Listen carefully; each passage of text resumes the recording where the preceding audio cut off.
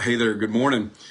So I had a conversation this morning that I thought would be super helpful and that I wanted to share because it's something that continues to kind of come up and show up over and over again. There's tons of folks, tons of people that are making job transitions, job changes, looking for other opportunities.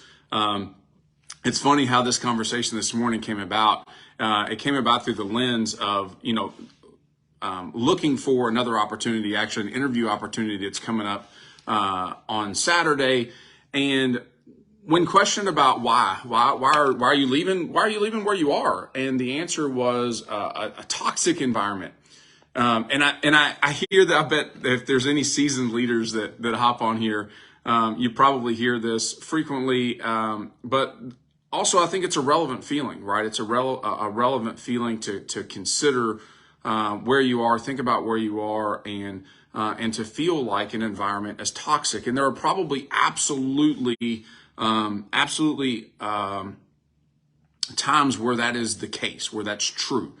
But if you'll just spend a few minutes with me, one of the things that we began talking about or talking through was really the environmental factors of that, right? And when we dig down a little bit beyond just the surface level feeling or reaction to what's going on, we can't help but really consider the kind of immediate proximity of things, right? So what do I mean by that? So generally, that environment is causation of a singular person, a singular relationship. And when we look at the research and data, that's usually around the direct manager, right? The person that's directly responsible or that you may report up to if you're in that, if you feel that way. But so, we look at those leaders and managers and kind of the environment that they create, because as leaders and managers, it is our responsibility to influence and help create a certain environments and certain expectations. And with that, there is learning the skills of communication and how to communicate more effectively, how to create and really have clear expectations and outcomes. But, and I got a couple of notes here because there was just a ton of things racing through my mind as it relates to toxic environments. But, recognizing, we have to recognize when we work for an organization and for a team, right, that we are there for their expectations. It's an agreement that I'm going to trade my time, right, for learning, experience, salary. We're going to exchange those things, right?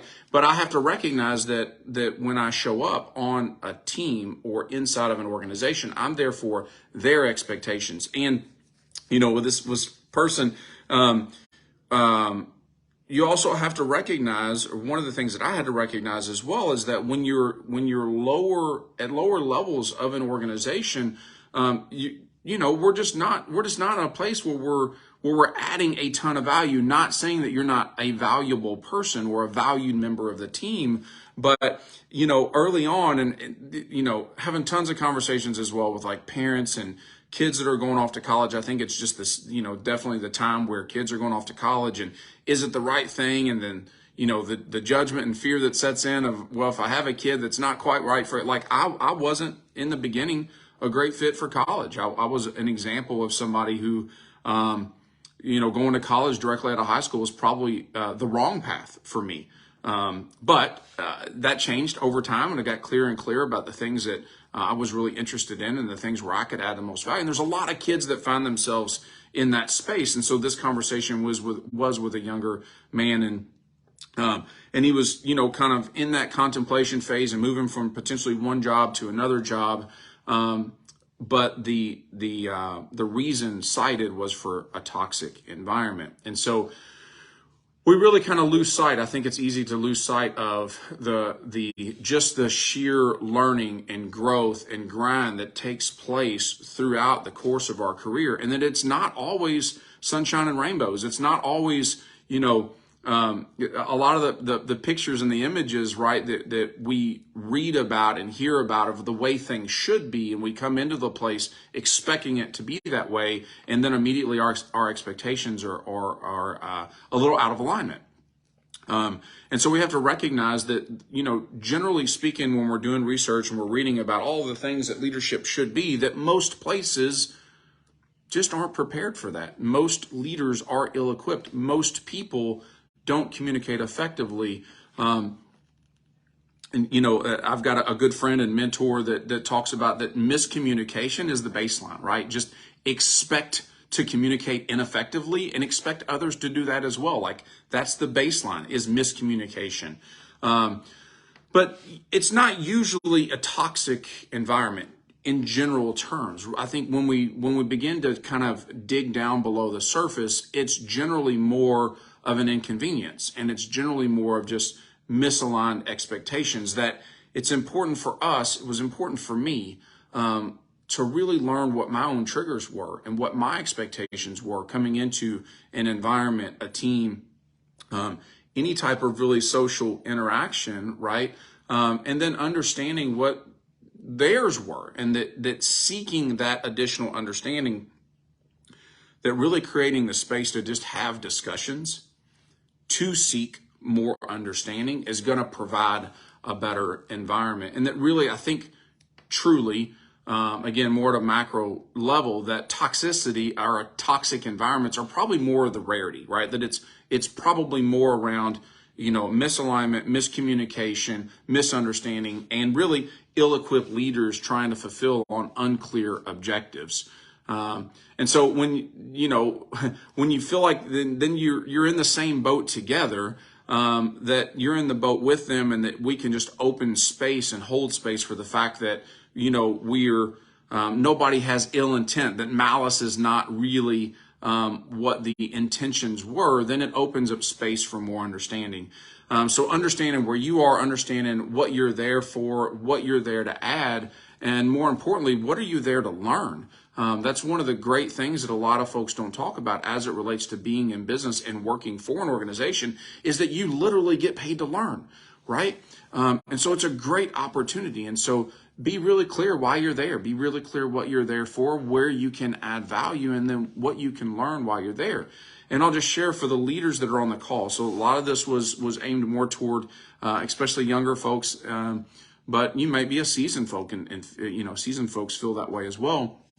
But if you're a leader and you're hearing this, and you just accept that the approach that you have, and that everyone else is the problem, that high turnover, it's just a factor, it's a part of it. I'll just share that, what's been true for me, and what I think that I see is true in organizations, is that comfort, it's costing your organization millions of dollars.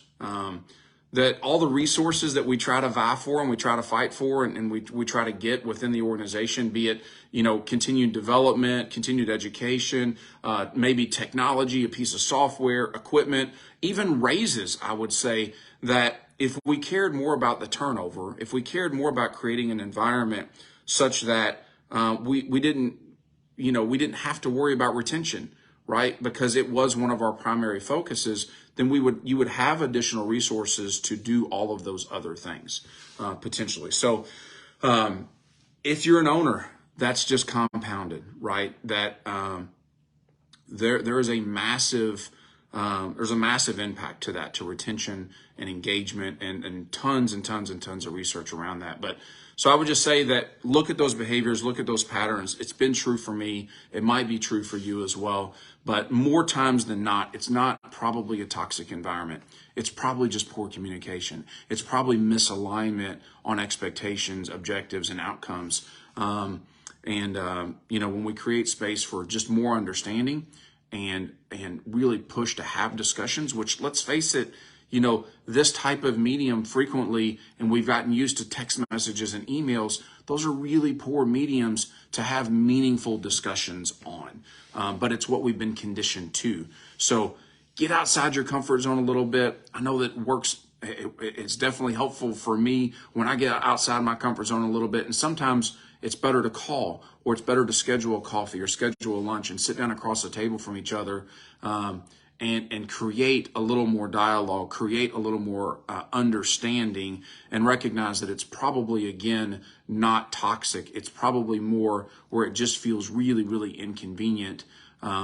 and there needs to be more understanding. So I hope that this was super helpful. I know that it was a lot, but I just, so many conversations around this. So I just wanted to jump on and share some of that with you. So if this was helpful, please let me know, drop some comments in, send me a message, reach out to me in whatever way best suits you. And I'd love to chat more or see if I can help. So thank you guys. Love you all. Take care.